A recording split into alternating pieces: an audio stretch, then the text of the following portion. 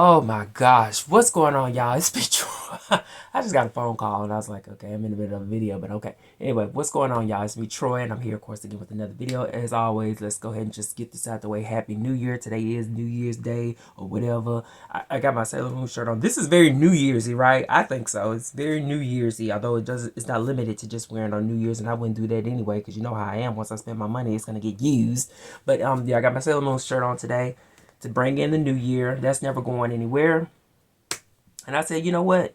Actually, honestly, like my drive for a lot of things has been down to like 20%. Like the tank is about down to 20%. And I said, I want to make sure that I go into 2025 having put at least a little, at least half a tank of gas in my drive, right?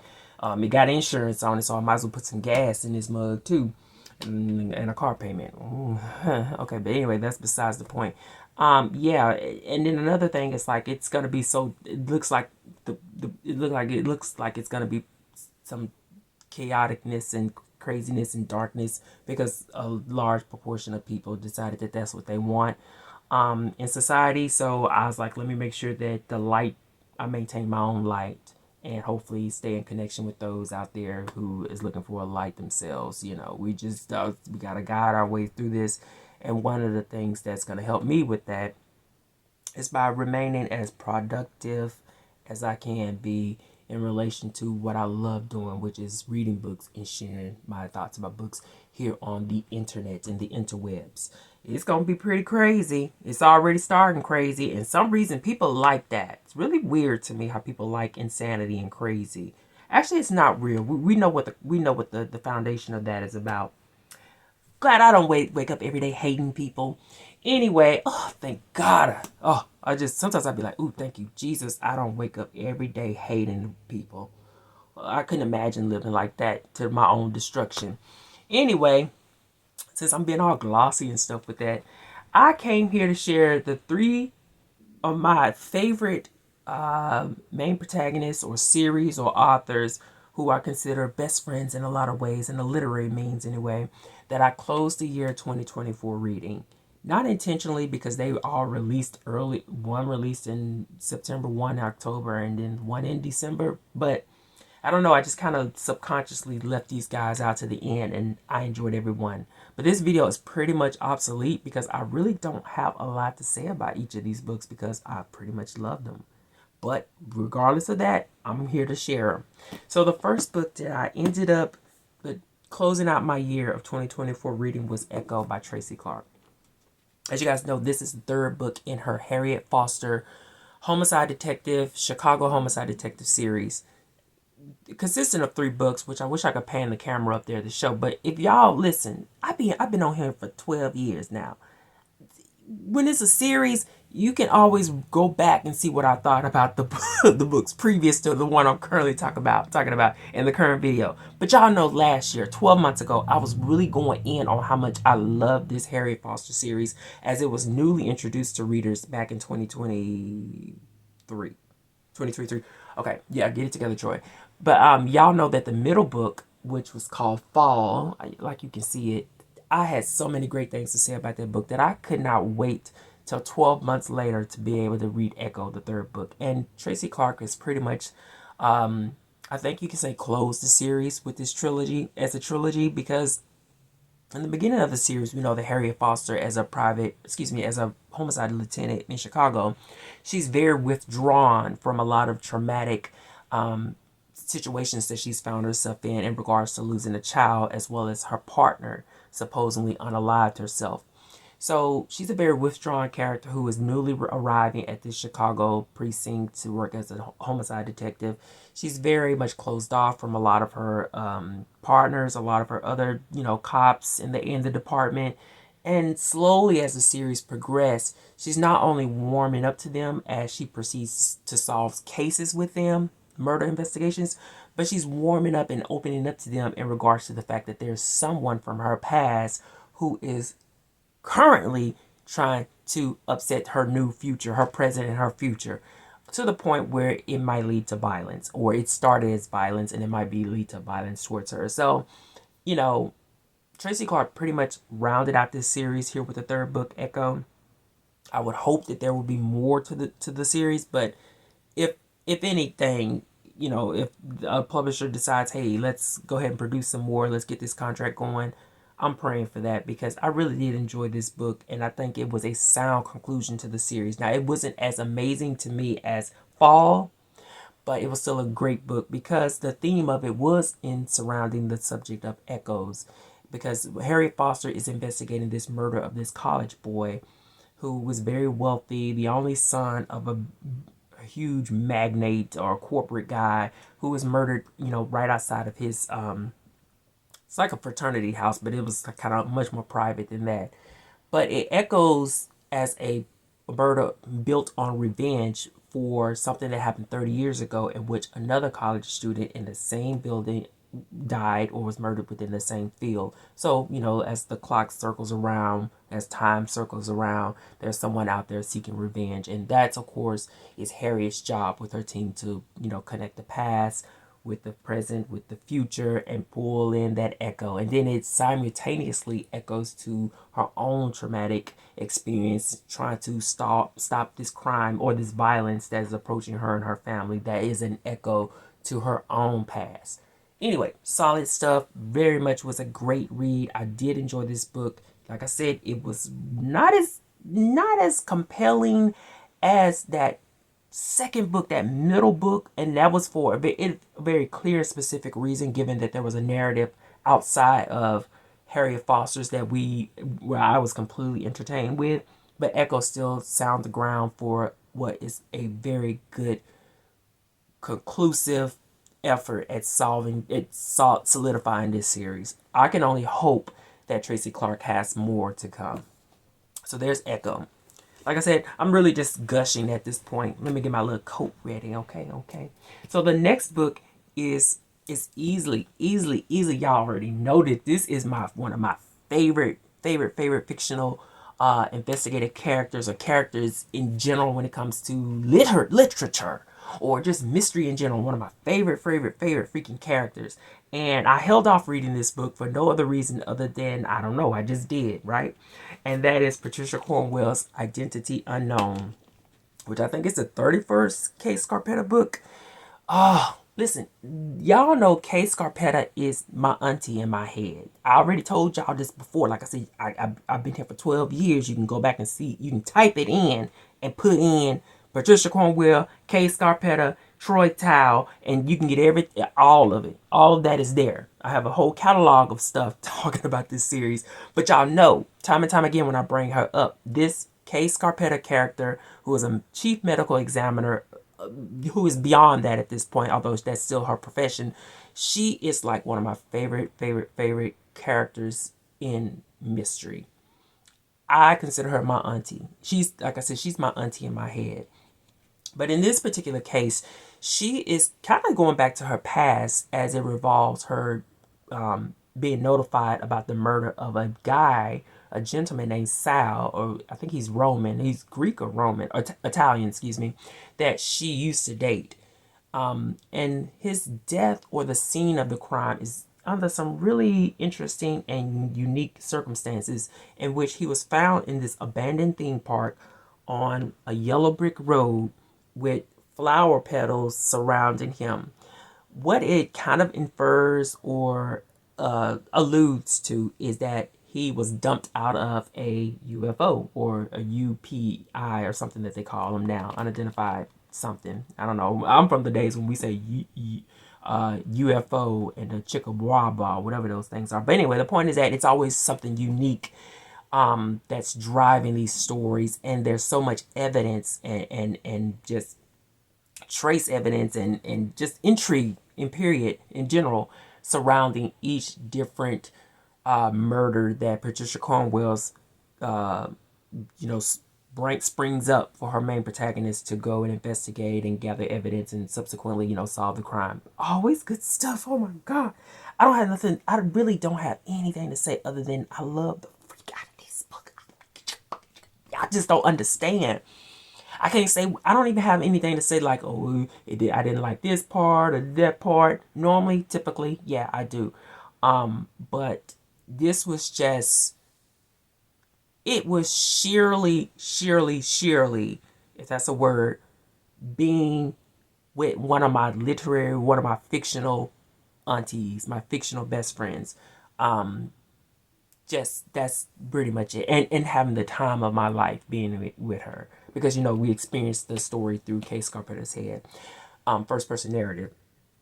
But I will say that given occasions that sometimes Cornwell does use the same villain. Hopefully this time she stopped this particular villain that has been in novel after novel after novel, a very crafty villain. At this point, I'm like, look, y'all gotta, this person has to go now at this point.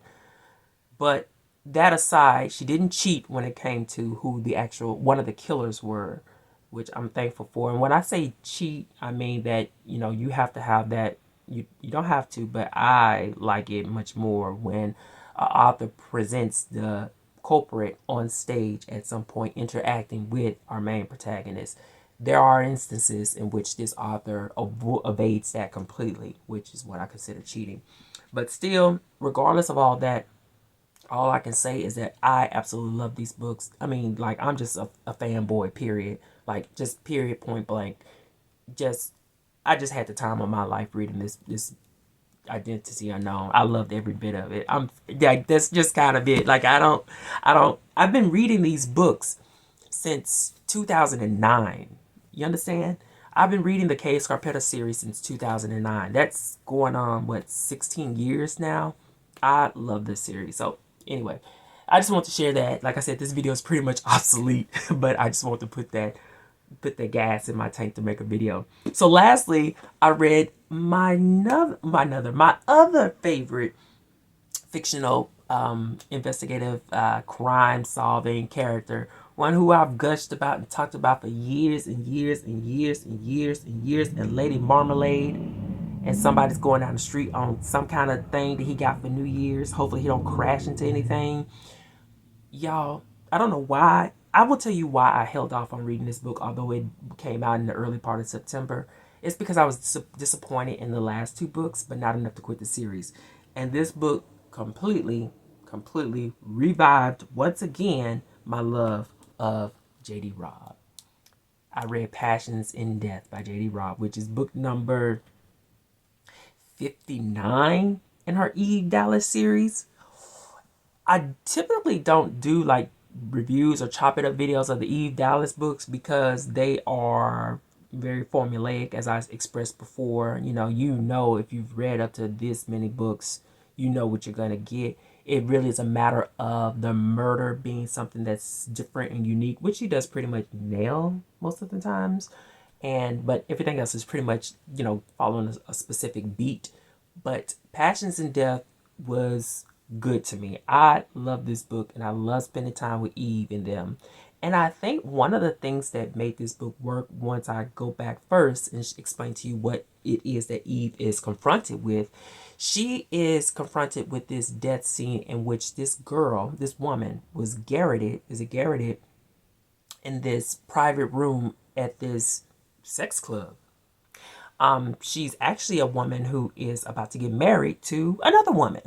So that's where the celebration is. And she wants to surprise her fiance with this trip to Maui, to Hawaii. So she packs this bag with all these different accoutrements and like a lei and a coconut bra that she's going to surprise her fiance with, as well as the plane tickets. But when she goes to retrieve the bag, someone who she trusted inside of this private room to stash the bag ends up strangling her basically and killing her, murdering her. And that is where we are launching off with Eve Dallas coming in to investigate. And baby, Eve Dallas and them gave it to me this time. They gave it. Because the few books previous, can you see them? Random in Death and Payback in Death, I wasn't really moved by those. And they had kind of the similar setup where there's a party theme and then the main, the victim is murdered right within that crowd of sorts. But I don't know why this one was different. I don't know if it had to do with, this gay couple of these two women deciding to get married. I don't know if it had to do with when we look at one lady, Shauna, and then the victim, Aaron, how there's this whole tribe surrounding each one. It's sort of like this divided path where here's all her set of friends, her tribe of Aaron's, and here's Shauna's set of friends or her tribe, and how they all intermingle. I don't know what it was. And then another thing that I think that I loved about this book is that a lot of the side characters kind of took a back seat.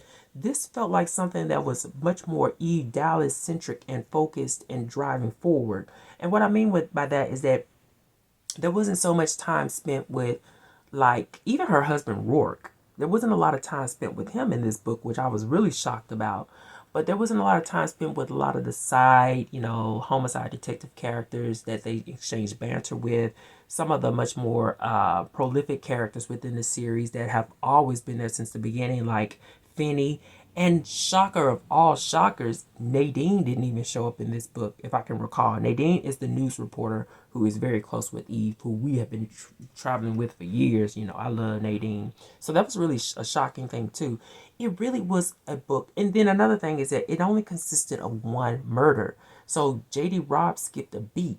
Usually within these books, probably midway through, Eve Dallas is waking up in the middle of the night due to a second murder, a second homicide that she has to report to. It only consisted of one.